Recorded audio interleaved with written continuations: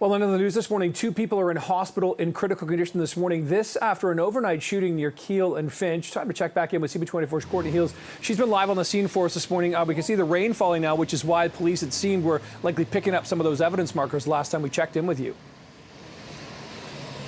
Yeah, the rain's coming down quite a bit right now, Nick, so obviously officers will do everything they can to preserve the evidence in this shooting investigation, a double shooting investigation, one that has left 2 people in hospital fighting to survive. I've stepped out of the way so you can get a look from the scene. So we're along Finch here. You can see officers just kind of walking kind of in between this lounge and a bar restaurant. It was around 3:35, almost 4 o'clock in the morning when they were called to this area over reports of gunshots. That's what emergency crews were told. They arrived. They say they found one person, a victim with critical injuries as a result of a shooting.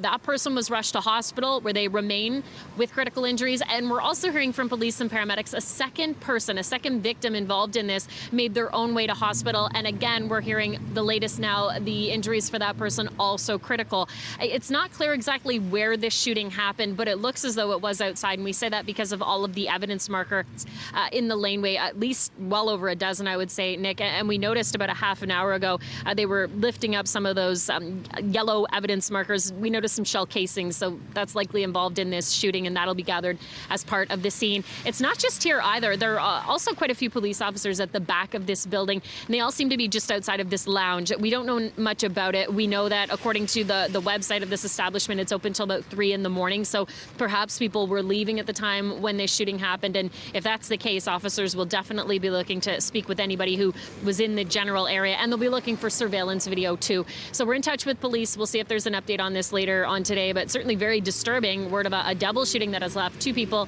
in hospital fighting to survive this morning. Over to you. Yeah, it certainly is. Okay, that is CB24's Courtney Heels. Keele and Finch for us this morning. Court, we'll check in with you soon.